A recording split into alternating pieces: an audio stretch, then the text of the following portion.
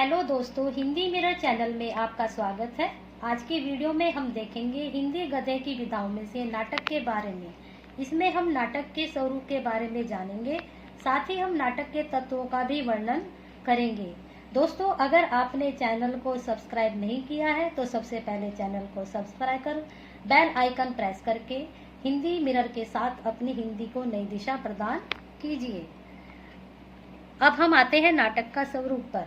संस्कृत के आचार्यों ने नाटक के स्वरूप पर विस्तार से विचार किया है। भरत मुनि के नाट्य शास्त्र में कहा गया है, जिसमें स्वभाव से ही लोक का सुख दुख समन्वित होता है तथा अंगों आदि के द्वारा अभिनय किया जाता है, उसी को नाटक कहते हैं।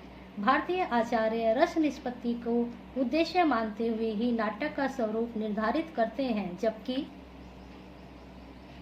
जबकि पाश्चात्य आचार्यों ने कार्य को महत्व देते हुए संघर्ष, संकलनत्रय, दुखांत, सुखांत आदि लक्षणों को प्रमुखता दी है। अब हम नाटक के तत्वों के बारे में जानेंगे।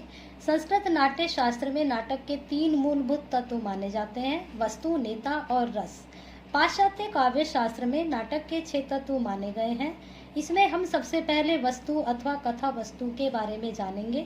नाटक की मूल कथा को ही वस्तु, कथानक या कथा वस्तु आदि नामों से पुकारा जाता है। कथा वस्तु 2 प्रकार की होती है: आधिकारिक अर्थात मुख्य, प्रासंगिक अथवा प्रसंगवश आई हुई गौण कथाएं। नाटक को कथा वस्तु में कार्य व्यापार की दृष्टि से 5 अवस्थाएं मानी गई हैं: आरंभ, विकास, चरम सीमा, उतार एवं अतः या समाप्ति। कथानक की 5 अवस्थाएं महत्वपूर्ण हैं। फिर नंबर 2 है पात्र और चित्रण। संपूर्ण नाटक पात्र और उनकी गतिविधियों पर ही आधारित होता है। पात्र ही कथानक को आगे बढ़ाता हुआ अंत की ओर ले जाता है। आधुनिक नाटकों में पात्रों का चरित्र चित्रण आदर्श से हटकर यथार्थवादी पद्धति पर किया जा रहा है। पात्रों को व्यक्ति पात्र, प्रतिनिधि पात्र, इन 2 भेदों में विभक्त किया जा सकता है। कथा वस्तु घटनाओं और कथोपकथन के द्वारा नाटकीय पात्रों के चरित्र का उद्घाटन होता है। अब हम नाटक के तत्वों में कथोपकथन को पढ़ेंगे।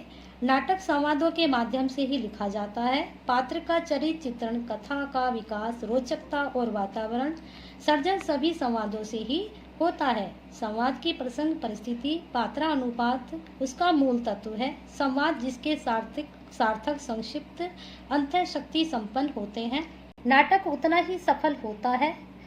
देश काल अथवा वातावरण। नाटक में देश काल के अनुरूप ही पात्र की वेशभूषा, परिस्थितियों, आचार विचार आदि होने चाहिए। इसके सफल निर्वाह से ही पात्र सजीव प्रतीत होता है। सफल नाटककार दृश्य विधान, मंच व्यवस्था, वेशभूषा और अभिनय आदि के द्वारा सजीव वातावरण की दृष्टि कर लेता है। फिर मुख्य विषय होता है, इसमें मुख्य तत्व होता है भाषा शैली। नाटक का एक दृश्य काव्य है, अतः भाषा सरल, स्पष्ट और सजीव होने पर ही दर्शक और श्रोता को रसानुभूति कराने में समर्थ होती है। नाटक के लिए भाषा शैली की सरसता अनिवार्य है। भाषा शैली विषयानुकूल, प्रसाद, ओज और माधुर्य गुण युक्त होनी चाहिए, साथ ही प्रभावपूर्ण भी होनी चाहिए। और नाटक के तत्व में अंत में आता है उद्देश्य। नाट्य शास्त्र में पुरुषार्थ, चतुष्टय, धर्म, अर्थ, काम, मोक्ष को नाटक का उद्देश्य माना गया है।